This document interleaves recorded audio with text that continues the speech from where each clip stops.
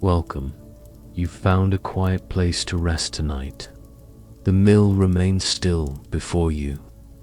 The old wood is firm beneath your feet, and the air is steady and silent.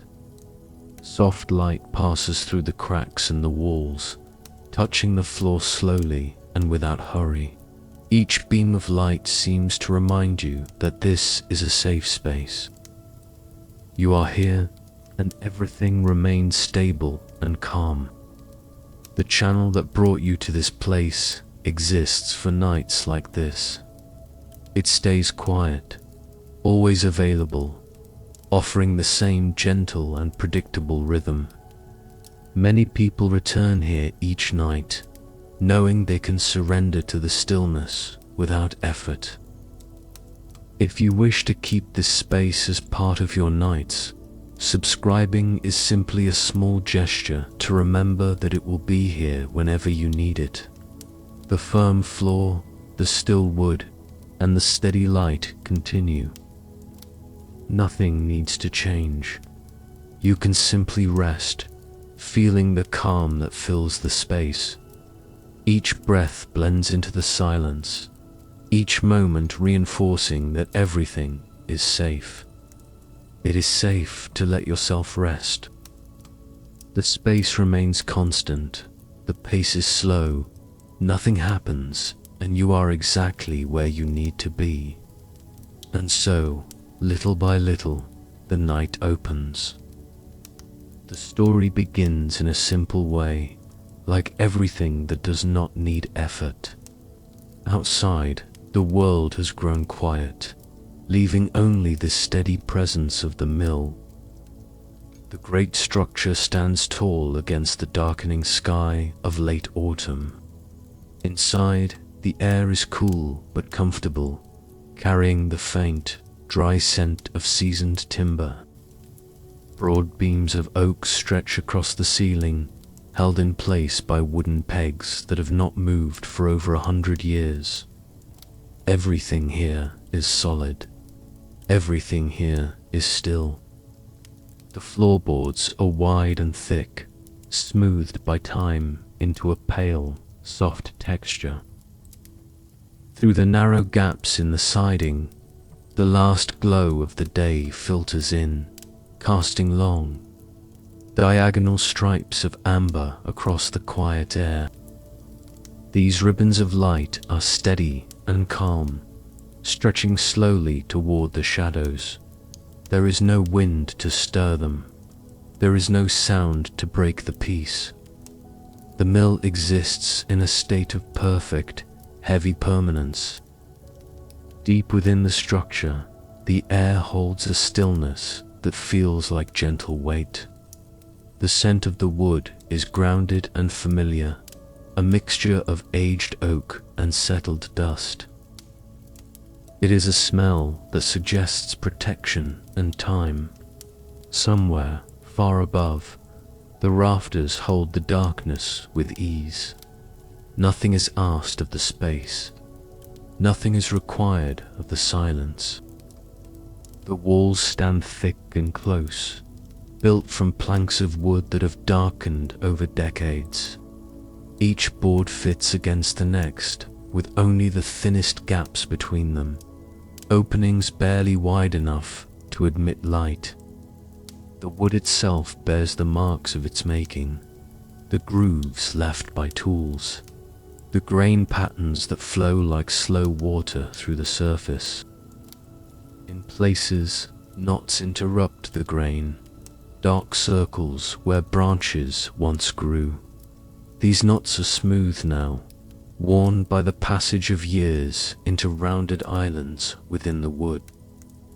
Light continues to enter through the cracks. It does not change or brighten. It simply exists, falling at the same angle it has held since the figure first noticed it. The beams of light touch the floor in narrow strips, illuminating particles of dust that drift without hurry.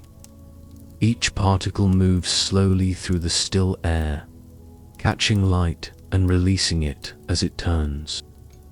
The dust does not gather or settle. It floats, suspended, moving in patterns too slow to follow. The floor beneath is sturdy and even. Each plank runs the full width of the mill, broad enough that only a dozen boards span the entire space. The wood is worn smooth where feet have traveled most often, slightly rough in the corners where use has been lighter. There is no polish or finish, only the natural patina of age and contact. When weight rests upon it, the floor accepts without complaint, without sound. It has held so much over so many years that one more presence makes no difference. Against the far wall, a workbench stands on thick legs. The surface is scarred from use, marked by cuts and burns and the circular stains left by countless cups and jars. The wood of the bench is darker than the floor, stained by oil and time into a deep brown that absorbs light rather than reflecting it. At one end of the bench, a folded cloth rests, its edges aligned carefully with the corner. The cloth is faded to a soft grey, worn thin enough to be translucent in places. Beside the cloth, an oil lamp sits waiting. The lamp is made of brass that has lost its shine, dulled into a muted gold. The glass chimney rises from the base, clear but slightly clouded by age and dust. Inside the chimney, a wick rests dry and still, untouched. The lamp has not been lit in some time, perhaps weeks or months. It remains on the bench as though someone placed it there with the intention of returning, then found no need to do so. Near the workbench, pushed against the wall, a small wooden stool waits. 3 legs support a round seat that has been worn concave by years of use. The wood of the seat is smooth and dark, shaped by the weight of whoever once sat here regularly. One leg is slightly shorter than the others, giving the stool a faint tilt. Dust has gathered on the seat, a thin layer that has settled evenly across the surface. The stool has not moved in a long time. In the corner opposite the workbench, a set of stairs climbs toward the ceiling. The stairs are narrow and steep, each step rising higher than feels comfortable. A simple railing runs along the wall, a single piece of wood smoothed by the touch of many hands. The wood of the stairs is worn in the center of each tread, creating shallow depressions where countless feet have climbed and descended. The stairs lead to a loft above, a darker space where the light from below barely reaches. The loft exists as a presence more than a visible space.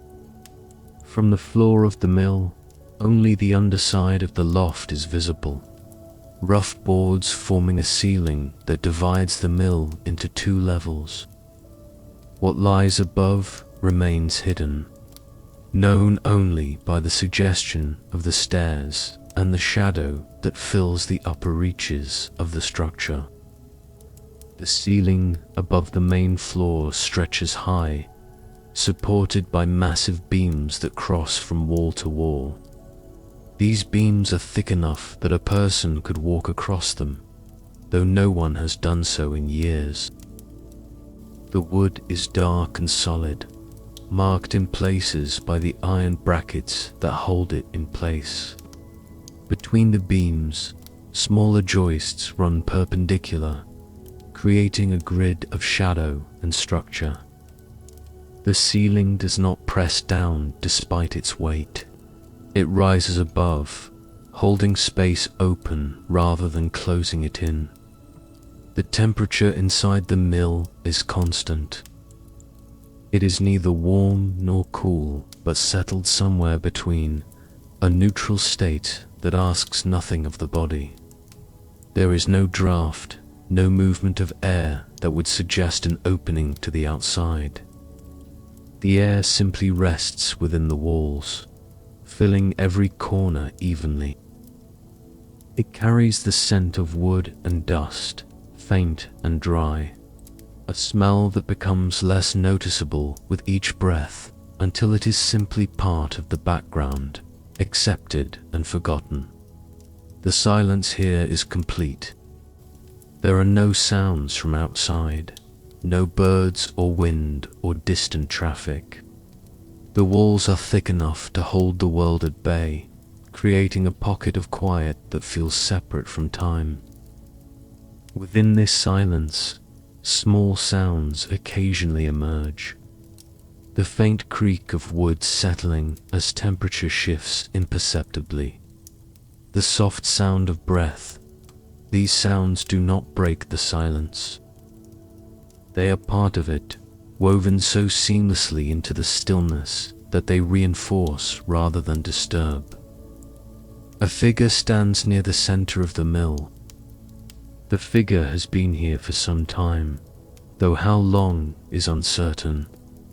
Time moves differently in this place, stretching and compressing in ways that make measurement irrelevant.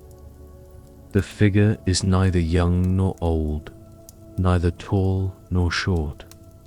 Clothing hangs loosely, chosen for comfort rather than appearance.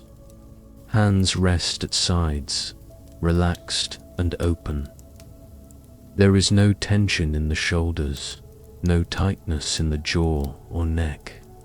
The figure simply stands, breathing quietly, existing within the space. The figure's eyes move slowly across the mill, taking in details without urgency. The workbench draws attention first. The figure moves toward it, footsteps soft against the floor. Each step is deliberate, placed carefully, though there is no need for caution. The floor is even and solid. The carefulness comes from something else. A respect for the quiet, perhaps, or simply a natural slowness that has settled over the figure since entering this place. At the workbench, the figure pauses. One hand reaches out, fingers extending to touch the edge of the wood. The contact is light, exploratory. The wood is cool beneath the fingertips, smooth where it has been worn, slightly rough where the grain rises through softer layers. The figure's hand moves along the edge, following the line of the bench from one end toward the other. The touch is gentle, seeking texture rather than information.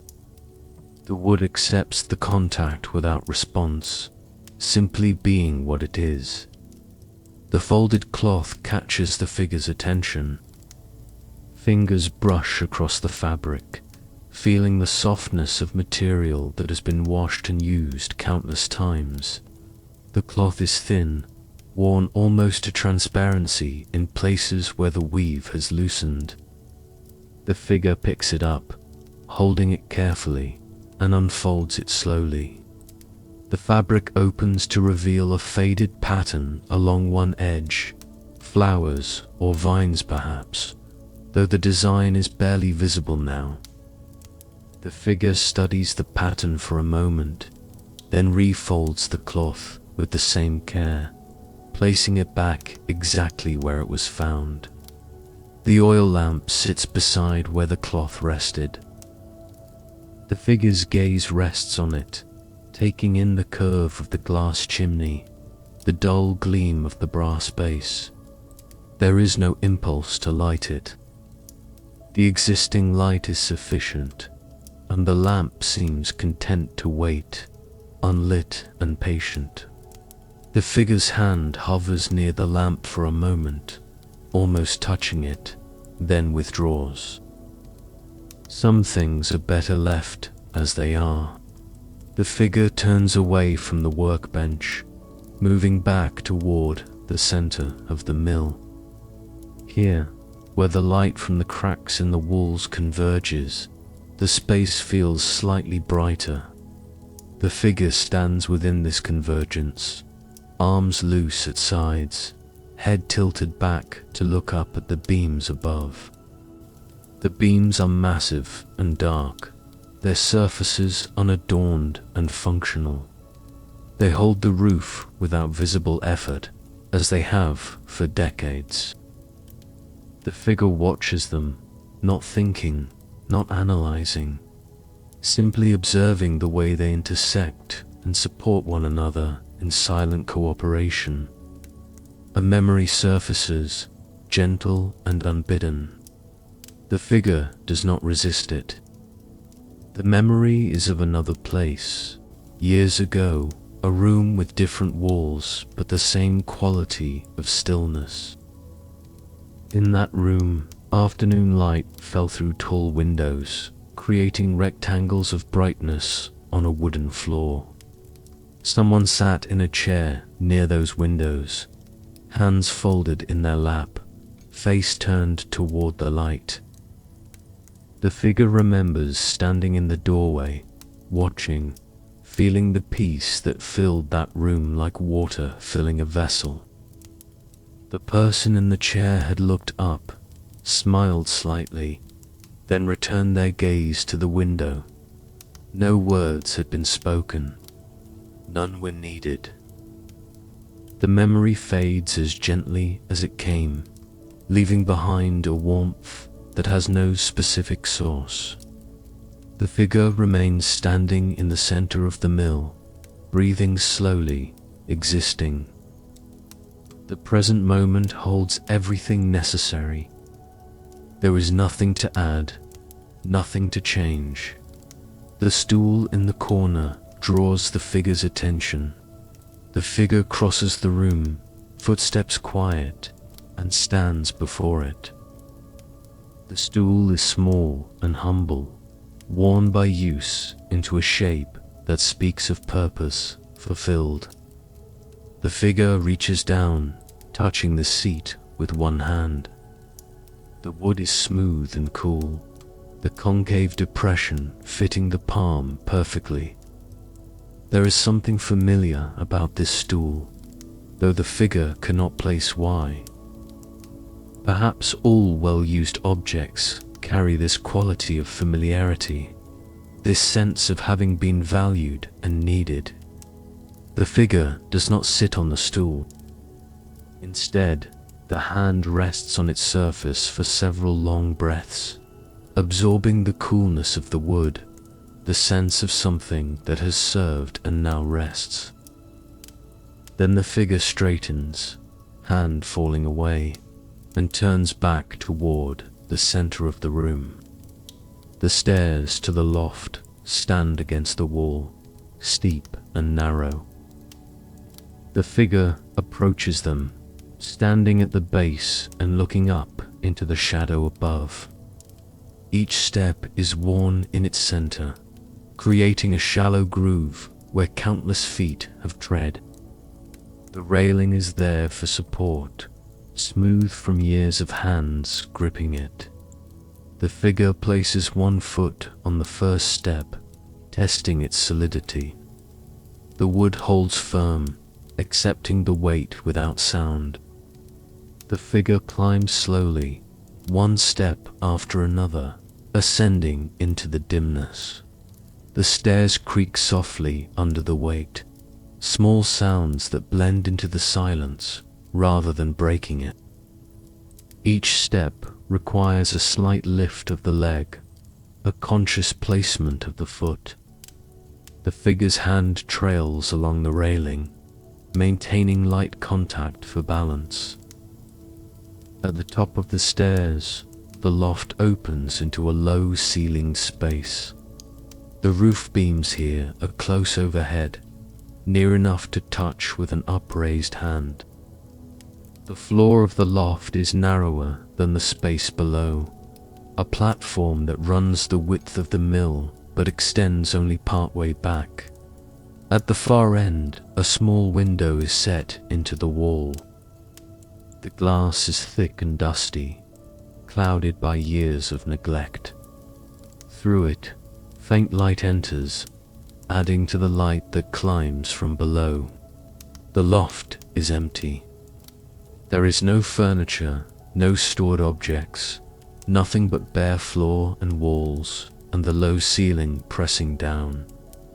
The figure stands in the center of this emptiness, bending slightly to avoid the beams. The emptiness is not lack, it is completion. There is nothing here because nothing is needed. The space exists as pure potential, ready to hold whatever might be placed within it, content to hold nothing at all. The figure crosses to the window, footsteps soft on the bare boards. The glass is clouded enough that the view beyond is obscured, showing only shapes and suggestions rather than clear images. Trees stand in silhouette against a pale sky. Their branches are bare, or nearly so, dark lines that cross and intersect against the fading light. The time of day is uncertain. It could be dusk or some hour between afternoon and evening when light exists without clear source. The figure does not attempt to clean the glass or open the window. The obscurity is part of what makes this place what it is. The world beyond exists, but it is held at a distance, softened and filtered through the clouded pane. The figure stands before the window, hands resting on the sill, and watches the faint movement of branches in a breeze that does not reach inside these walls. A thought arises, formless and quiet. It is not quite a question, not quite an observation, simply a recognition of presence. The figure is here. The mill is here. The light and the wood and the stillness are all here together, existing in this moment without need for past or future. There is nowhere else to be, nothing else that requires attention. The world beyond the window continues, but it is separate, distant, held outside by the thick walls and the clouded glass. The figure turns from the window and moves back across the loft toward the stairs. Descending requires more care than climbing. Each step must be felt for, the foot lowered until it finds the tread below. The hand grips the railing more firmly, taking some of the weight. At the bottom, the figure pauses, looking back up at the loft. It remains as it was, empty and dim and still, a space that holds nothing and everything simultaneously. Back on the main floor, the figure moves to the workbench once more. The oil lamp sits where it has been sitting, patient and unlit. The figure reaches for it, lifting it carefully by its handle. The lamp is heavier than expected, solid and well made. The brass is cool against the palm. The figure carries the lamp to the center of the room, to the place where the light from the cracks converges most fully, and sets it down on the floor. The lamp sits there, unlit but present. The brass catches the pale light from above, reflecting it softly. The glass chimney becomes a focal point, a transparent column that holds within it the potential for flame. No flame is needed. The lamp is complete as it is, a vessel for possibility that does not require fulfillment to have purpose. The figure steps back, observing the lamp on the floor. There is something right about its placement, something that completes a pattern. The lamp grounds the space, gives it a center around which everything else can arrange itself. The workbench against the wall, the stool in the corner, the stairs to the loft, the beams overhead. All of these elements now relate to the lamp, creating a geometry of stillness. The figure lowers slowly to the floor, sitting cross-legged beside the lamp. The floor is hard but not uncomfortable, solid and supportive. The figure's weight settles fully, no longer held in readiness to move, but released into stillness. The lamp is close enough to touch, its brass surface within easy reach, though the figure does not reach for it. Proximity is enough. From this seated position, the mill looks different. The ceiling seems higher, the beams more distant. The walls appear to lean inward slightly, creating a sense of enclosure that is comforting rather than confining. The light from the cracks falls at steeper angles, creating patterns on the floor that shift subtly as the figure's eyes adjust to the change in perspective. The dust is more visible from here, drifting through the beams of light in slow spirals. Each particle moves according to currents too subtle to feel, currents created by the figure's breath, by the slight warmth rising from the body. The particles do not collide or cluster. They simply drift, each following its own trajectory through the still air. The figure's breathing slows. Each inhale is deep and even, filling the lungs completely before releasing in a slow exhale that empties fully. The rhythm is natural, unforced, the body finding its own pace. Breath becomes the only movement, the only thing that changes within the encompassing stillness. The chest rises and falls, the shoulders lift and settle, the abdomen expands and contracts. Everything else remains still. Another memory surfaces, different from the first. This one is of a night many years ago, a night when sleep would not come. The figure had lain in darkness for hours, watching shadows move across the ceiling, listening to sounds that seemed amplified by the quiet. Eventually, the figure had risen and walked through the house, seeking something without knowing what. In the kitchen, a window had been left slightly open, and through it came the scent of rain, cool and clean and alive. The figure had stood at that window, watching water run down the glass in thin streams, listening to the soft sound of rain on leaves. There had been no revelation, no sudden peace, only a gradual easing, a slow release of whatever had kept sleep at bay. Eventually, the figure had returned to bed and slept deeply, waking to morning light with no memory of what had troubled the night. The memory dissolves, leaving behind a sense of continuity. That night and this moment are connected somehow, part of a larger pattern of seeking and finding stillness.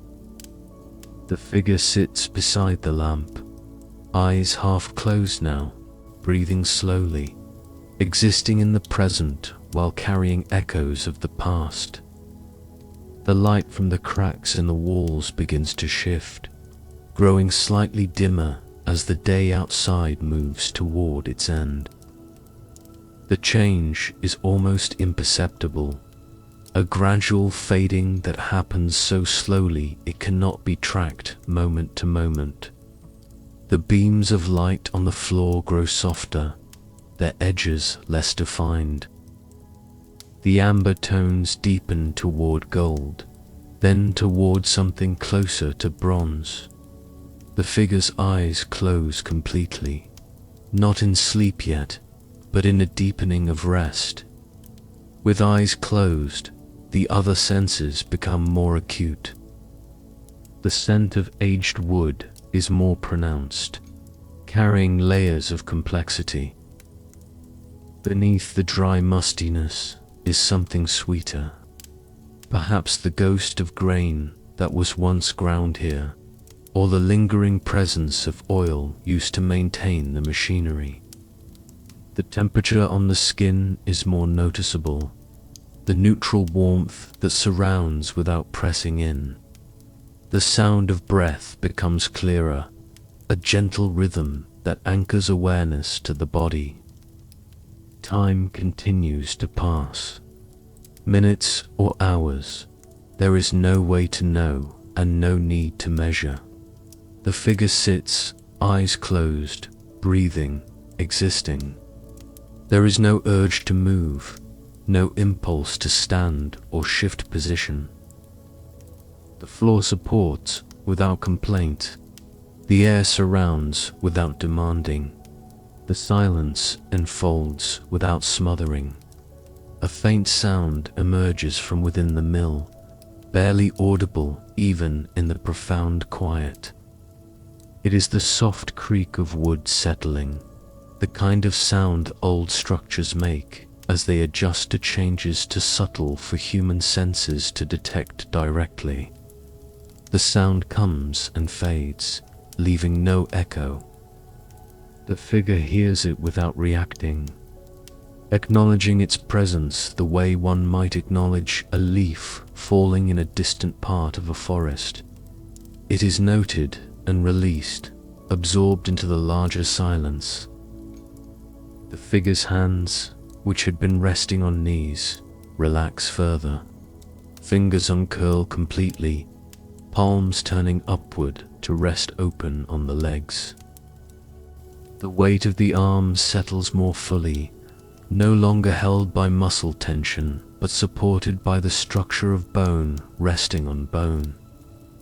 The shoulders drop, releasing tension that had been so slight it went unnoticed until its absence created space. The neck softens, allowing the head to tilt forward slightly, chin lowering toward chest. The spine curves gently, finding a shape that requires no effort to maintain. The light continues to dim. The amber has deepened into a color that has no name, something between gold and shadow. The beams of light on the floor are wider now, but fainter, their edges blurred into the gathering dimness. The dust that drifts through these beams is harder to see, visible only when a particle passes through the brightest part of the light, catching and reflecting for a moment before disappearing back into shadow. The figure's breathing slows further still. Each inhale takes longer, drawing air in so gradually that the moment of transition from empty to full is almost imperceptible. Each exhale extends into a gentle emptying that feels like release, like letting go of something held too long. The pauses between breaths lengthen, moments of suspension when the body simply rests, needing neither to fill nor to empty, content in the space between. The boundaries of the figure begin to soften. The sense of being a separate entity, distinct from the mill and the light and the silence, becomes less certain. Where does the figure end and the space begin? The air that fills the lungs came from the mill and will return to it. The warmth of the body mingles with the neutral temperature of the surrounding air. The sounds of breath blend into the silence. The figure is not disappearing, but dissolving at the edges, becoming less separate and more continuous with everything around it. Another memory arises, though it is less distinct than the previous ones.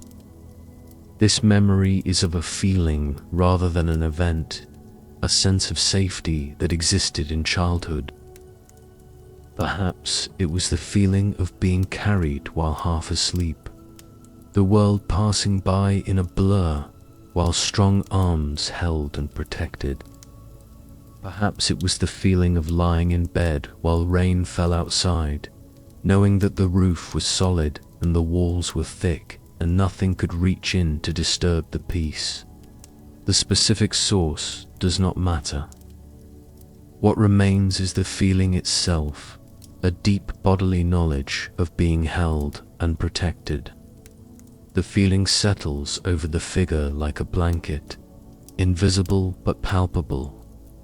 The mill provides this feeling. The thick walls, the solid floor, the massive beams overhead, all of these create a container of safety. Nothing can enter here that is not invited. Nothing can disturb the stillness unless the figure allows it. The mill holds and protects, asking nothing in return except presence. The lamp on the floor beside the figure continues to catch what little light remains. The brass has darkened with the dimming day, but it still holds a faint gleam. The glass chimney is barely visible now, a suggestion of transparency in the gathering shadow. The lamp does not need to be lit. It has fulfilled its purpose simply by being here, by providing a focal point, by grounding the space with its patient presence. The figure's awareness continues to soften and spread. Thoughts that arise do so without urgency, drifting through consciousness like the dust drifts through air. Some thoughts are acknowledged, others pass unnoticed. None demand attention or action. They are simply part of the flow, part of the ongoing process of being that requires no management or control. The workbench against the wall has disappeared into shadow.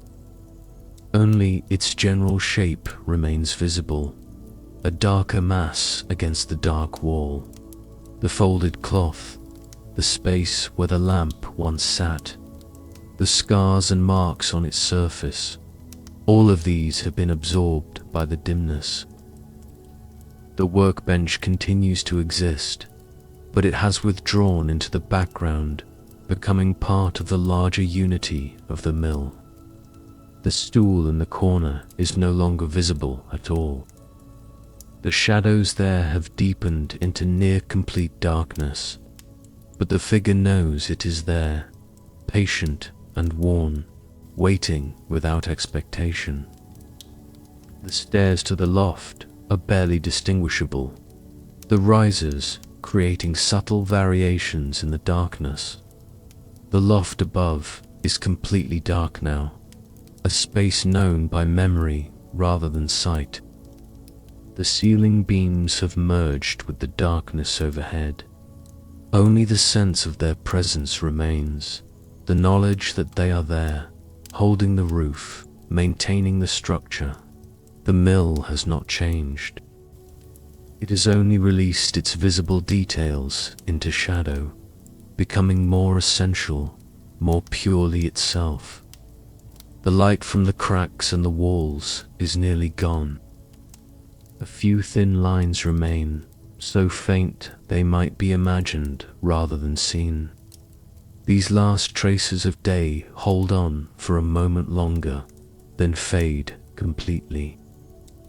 Darkness fills the mill, not oppressive but gentle, a presence that completes rather than diminishes. In this darkness, the figure continues to sit beside the lamp.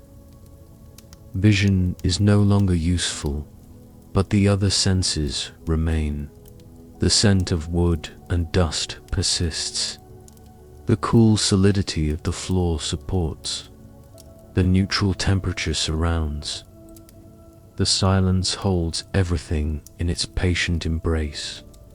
And within this silence, within this darkness, there is peace. The figure's breath has become so slow, so gentle, that it is almost imperceptible. The inhales are shallow and effortless. The exhales are long and complete.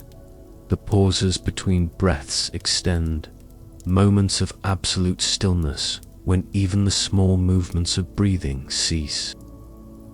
In these pauses, the figure and the mill and the darkness become one thing, indivisible and complete. A final memory arises, though it is not quite a memory. It is more like a recognition, a knowing that has always been present but unacknowledged. The knowing is simply this: there is a place of rest within all things. Not a location, but a quality, a stillness that exists beneath all movement, a silence that underlies all sound. This place is always available, always present, waiting to be recognized and entered. The figure has found this place. The mill has revealed it. The darkness holds it. And in this recognition, in this discovery that is also a remembering, everything settles into its final configuration. The seeking ends. The searching stops. What remains is simple being, existence without qualification or need.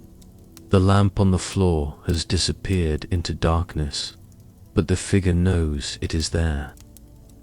The workbench, the stool, the stairs, the loft, the beams overhead, all exist in the darkness, unchanged and unchanging. The walls continue to stand thick and protective. The floor continues to support with patient strength. The mill continues to be exactly what it has always been, a place of shelter and stillness. And the figure, sitting in darkness beside an unlit lamp, breathing so slowly that breath itself seems optional, has found what was sought without knowing it was being sought. Not enlightenment or insight or revelation, but something simpler and more profound. Rest, complete, absolute, unconditional rest. The night deepens outside the mill. Stars emerge in a sky the figure cannot see. The air grows cooler, though this cold does not penetrate the thick walls. The world continues its endless turning, but here, in this place, time has stopped. Not frozen, but released, allowed to simply be without progression or purpose. The figure's awareness fades further still. Thoughts cease to arise. Memories stop surfacing.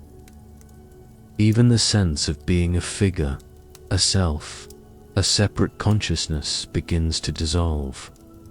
What remains is awareness without object, presence without identity, being without definition. The mill holds this awareness as it has held everything else, without effort and without judgment. The walls do not care what they contain. The floor does not distinguish between the weight of objects and the weightlessness of consciousness. The darkness embraces all things equally, making no divisions or distinctions. And in this embrace, in this final dissolving of boundaries, the figure finds completion. Not sleep yet, but the threshold of sleep, the place where waking ends and dreams have not yet begun. A space of pure potential, of absolute openness, where anything might arise or nothing might arise, and either outcome is perfect. The lamp sits in darkness. The mill stands in silence. The figure rests in stillness. Everything is as it should be. Everything is complete. There is nothing left to seek, nothing left to find, nothing left to be except what already is. The breath continues, so slow and gentle it could stop without notice. The heart continues, beating steadily in the darkness. The body continues, held by the floor, surrounded by air, existing without effort. And the awareness that observes all this continues to fade, to soften, to dissolve into the larger silence that holds all things. Outside, far beyond the walls, the world goes on. But here, in the mill, in the darkness, in the stillness, there is only this, only now, only peace. And it is enough. It has always been enough. It will always be enough. The figure remains, or perhaps the figure has already gone, leaving behind only breath and heartbeat and the patient darkness. It does not matter. The mill continues. The silence continues. The stillness continues. And within this continuation, held gently in the embrace of thick walls and solid floor and massive beams, there is rest. Deep, complete, absolute rest. The kind of rest that asks nothing and gives everything. The kind of rest that has no beginning and no end. The kind of rest that is always here, always available, always waiting. And the mill, standing silent in the darkness, holds this rest the way it has always held everything, with patience, with strength, with perfect unwavering stillness.